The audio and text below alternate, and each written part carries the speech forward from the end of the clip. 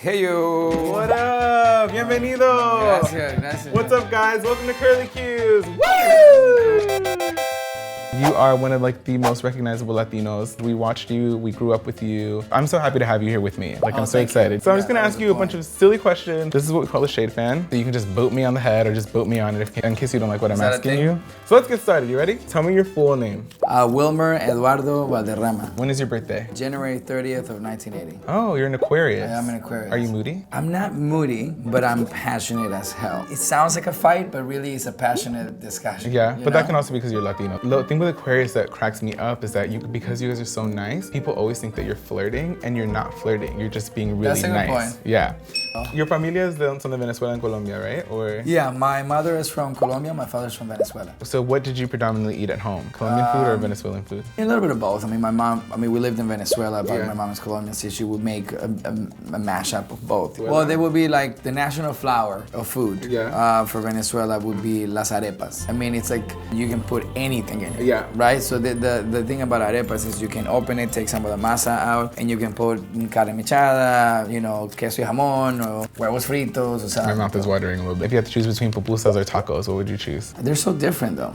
But let's just say. I will go tacos, because tacos are, it's not the same. It's not the same. But because pupusas is like almost a meal. Tacos could be a snack. But I eat pupusas like a snack. What's the worst job you've ever had? This is like my tribute to everyone who has this job, because it takes a special individual who's just, a hard worker who kind of gets it done. I was a busboy at a restaurant. You do the invisible jobs, so people think that a lot of this plates and the cleaning and the washing just magically gets done. Like the waiter's the face, but behind the waiter is the engine. And the engine is these busboys and the cooks and everybody else who gets it done. I was 14 or so, and I went up and went to clear somebody's place, and she tried to say something to me, and this lady was so mean to me that I just said to myself, I really gotta figure this out. I gotta learn how to speak English, and that's kind of what kicked me in the ass to just kind of get it done. Yeah, because that happens to our people a lot. We're seen as kind of like... No, and like back in the day, back in the 90s, in the mid 90s and late 90s, if you had an accent, you were considered uneducated.